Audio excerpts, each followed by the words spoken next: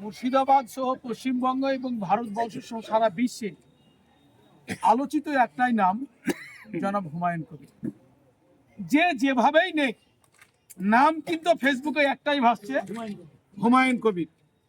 আমরা একটা সময় স্লোগান তুলেছিলাম 6ই ডিসেম্বর 2025, যে বর্তমান শাসক দুজন দল, আমি এদেরকে কুমড়ো নাম দিয়েছি, চাল কুমড়ো না মিষ্টি কুমড়ো। এই মিষ্টি কুমড়োর যারা দল করছেন, তারা সারা পশ্চিমবঙ্গ ভারতবর্ষ দখল করেছে। আর আমাদের মাননীয় হুমায়ুন কবির সাহেব মাত্র 1 মাসের নোটিশে সারা পৃথিবীর ফেসবুকে তিনি ভাইরাল হয়ে গেছেন, বিখ্যাত হয়ে গেছেন। কি বুঝতে পারছি তো নাকি? তাই একটু আগে আমার এক সহপাঠী বলছিলেন যে বিশেষ করে মুর্শিদাবাদে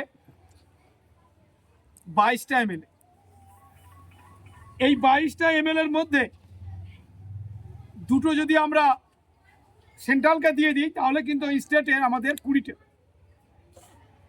সবাই কিন্তু এই 20টা এমএলএ, ও দুটোও এমএলএ, এরা এমএলএ কিন্তু নির্বাচিত এমএলএ, কিন্তু তারা প্রত্যেকেই আপনাদের দেওয়া অনুমতি নিয়ে, পবিত্র ভোট নিয়ে গিয়ে তারা বেতনভোগী ছাড়া অন্য কিছুই নয়। তাদের কাজ গাড়িতে চেপে গিয়ে বিধানসভার সামনে, প্রশাসনের সামনে দিয়ে ঠিক তার কৌতূহলে হেঁটে গিয়ে বিধানসভার চেয়ারে বসে মাসের 29 তারিখ থেকে 3 তারিখের মধ্যে খাতাটা তুলে নেয়, বউ বাচ্চা নিয়ে চলে, আর জনগণের যেটা হয় সেটাই থাকে। তাই এই কথা কিন্তু কেউ মাথায় রাখেনি। কে রেখেছিলেন? আমাদের মুর্শিদাবাদের প্রত্যন্ত গ্রাম থেকে উঠে আসা একটা মানুষ, যার বুকে ছিল মানবতার নিঃশ্বাস, যার বুকে ছিল মানব সভ্যতার বিশ্বাস, যার বুকে ছিল জাতি ধর্ম বর্ণ নির্বিশেষে মানবিকতার উচ্ছ্বাস। সেই মানুষটা গর্জে উঠেছিল মানুষের জন্যে। তিনার মনে উকি মেরেছিল যে মোরা এক বৃন্তের দুটি কুসুম, হিন্দু মুসলমান, মুসলিম তার নয়নমণি, হিন্দু তাহার প্রাণ। অর্থাৎ ভারতবর্ষ সার্বভৌমত্ব, ভারতবর্ষ সাম্প্রদায়িক সম্প্রীতিতে বিশ্বাসী ভারতবর্ষে জাতি ধর্ম বর্ণ নির্বিশেষে সকল সম্প্রদায়ের মানুষ একই ছায়াতলে, একই গাছের তলে, একই জায়গায় বসবাস করে। একটা বৈচিত্র্যময় পরিবেশ হচ্ছে এই ভারতবর্ষ সারা পৃথিবীর মধ্যে। এটা আমার আপনার প্রত্যেকের গর্ব। এই গর্বের জায়গায় আমাদের জন্য গর্বে আপ্লুত হয়ে নিজের জীবনকে বাজি রেখে যিনি এগিয়ে চলেছেন সারা ভারতবর্ষে, তার নাম জনাব হুমায়ুন কবির। বন্ধু, লেকচার দেওয়াটা বড় কথা নয়, লেকচার দিয়ে মাটিতে পা দিয়ে দাঁড়িয়ে থাকার নাম যে নামটা ভেসে উঠে, তার নাম হুমায়ুন কবির। অনেক বন্ধু আছেন রাতের অন্ধকারে ঠান্ডা ঘরে ফেসবুকে বসে, মিডিয়ায় বসে বড় বড় লেকচার দিয়ে দেয়, সকালবেলায় তারা দেখা মিলে না।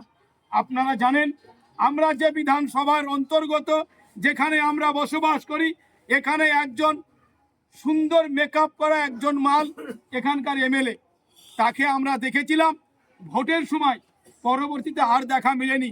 কিন্তু আমরা দেখব আবার হয়তো 5ই মার্চের পরে আপনাদের দুয়ারে দুয়ারে আবার দেখা মিলবে। কিন্তু আমি দায়িত্ব নিয়ে বলি, যেই দিন থেকে রাজনীতির আঙিনায় নেমেছে, এবং আমি হুমায়ুন কবিরকে আমি চিনি 2013 সাল থেকে, তিনি যখন তৃণমূলের হয়ে ভোটে দাঁড়িয়েছিলেন তখন থেকে চিনি আমি তাকে, যে তিনি সারাটা দিন, সারাটা রাত, সারাটা সময় আমি খুব কাছ থেকে দেখেছি যে একমাত্র জনগণের হয়ে যিনি কথা বলেন, যার কাছে কোনো পর্দা থাকে না, তার নাম হুমায়ুন কবির। তাই আমাদের বিশেষ গর্ব, আমরা যদি সামনে তাকাই তাহলে আমরা দেখতে পাবো আলীবর্দী খাঁর প্রসাদ, আর পিছনে যদি তাকাই তাহলে আমরা দেখতে পাবো আলীবর্দী খাঁর মাজার, অর্থাৎ কবর। এই মিডিল স্থানে আমরা এখন অবস্থান করেছি। আমরা এক সময় জানতাম বাংলা, বিহার, উড়িষ্যার রাজধানী ছিল এই মুর্শিদাবাদ। আমরা আবার স্বপ্নে দেখেছিলাম, আমরা আবার ইতিহাসে পড়েছিলাম, আমরা মুরব্বীদের মুখে শুনেছিলাম। এইবার সচক্ষে দেখলাম যে না, নবাব পরাজিত হয়ে গেছেন, পরাস্ত হয়ে গেছেন, মাজারে চলে গেছেন, কিন্তু তাদের উত্তরসূরি হয়ে আবার রক্ত মাংস দিয়ে আল্লাহ পাক তাবারক তাআলা এই মুর্শিদাবাদের মাটিতে যার জন্ম দিয়েছে তার নাম হুমায়ুন কবির। তাই তিনি 500 বছরের পুরাতন স্থাপত্য ইতিহাস তুলে ধরেছেন, মানব সভ্যতার একটা স্থাপত্য যার নাম বাবরি মসজিদ। কেউ যদি মনে করেন এটা মুসলমানদের বাবরি মসজিদ, আপনারা ভুল করবেন। এটা মুসলমানদের আবেগ, এটা ইতিহাসের বাবরি মসজিদ, এটা সারা ভারতবর্ষের ইতিহাস প্রেমীদের বাবরি মসজিদ। এটা সারা ভারতবর্ষের যারা স্থাপত্য বুঝেন, যারা দর্শন বুঝেন, যারা ইতিহাস বুঝেন, যারা ভূগোল বুঝেন, তাদের দরদের বাবরি মসজিদ। কিছু একটা উগ্রপন্থী সম্প্রদায় যারা সর্বদা চুলকানিমূলক, উস্কানিমূলক, মানবতা বিরোধী, মানব বিরোধী, জাতি বিরোধী এবং আমাদের জাতীয়তা বোধকে নষ্ট করার জন্য যাদের ভারতবর্ষে জন্ম হয়েছে, তারাই কিন্তু 1992 সালের 6 ডিসেম্বর এই বাবরি মসজিদকে তারা শহীদ করেছিল, ভেঙেছিল, গুড়িয়েছিল।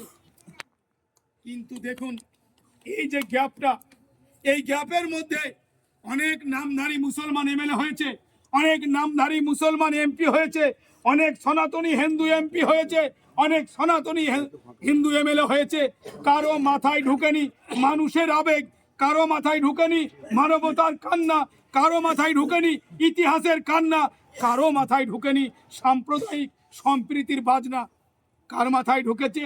যাকে আপনারা দালাল বলছেন, যাকে আপনারা বিজেপির বি টিম বলছেন, যাকে আপনারা তৃণমূলের বি টিম বলছেন, সেই মানুষটার নাম জনাব রণবীর হুমায়ুন কবির, যার বুকে দাউ দাউ করে জ্বলে উঠেছিল এই মুর্শিদাবাদের মানুষের কথা ভেবে নয়, সারা ভারতবর্ষের মানুষের কথা ভেবে এই বাবরি মসজিদের কথা।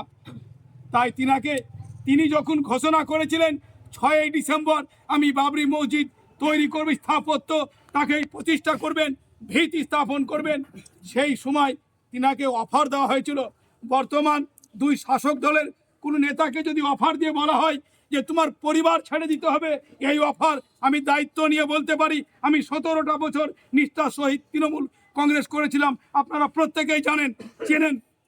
তারা নিজের মাকে পর্যন্ত ছেড়ে দিয়ে বলবে আমাকে মন্ত্রিত্ব করে দাও, অন্তত 3টা বছর হোক আর 2টো বছর হোক, আমি মন্ত্রিত্ব হয়ে যায়, কারো দরকার নাই।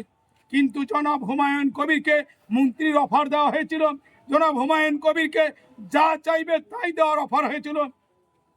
তিনি বলেছিলেন যে একদিকে যদি আমাকে মুখ্যমন্ত্রীর চেয়ারটা ছেড়ে দেওয়া হয়, অন্যদিকে যদি আমাকে স্থায়ী কোনো মন্ত্রিত্ব দিয়ে দেওয়া হয়, তার বিনিময়েও আমি বাবরি মসজিদ থেকে ফিরে আসবো না, বাবরি মসজিদ তৈরি করবই আমার বুকের রক্ত থাকা পর্যন্ত। তার নাম জনাব হুমায়ুন কবির। বন্ধু, কুয়াশার মধ্যে বসে আছেন, আমার ভাই মুকাদ্দেস এসছেন, আমিনুল সাহেব এসছেন, রবিউল এসছেন, তারা বলবেন, আপনারা শুনবেন।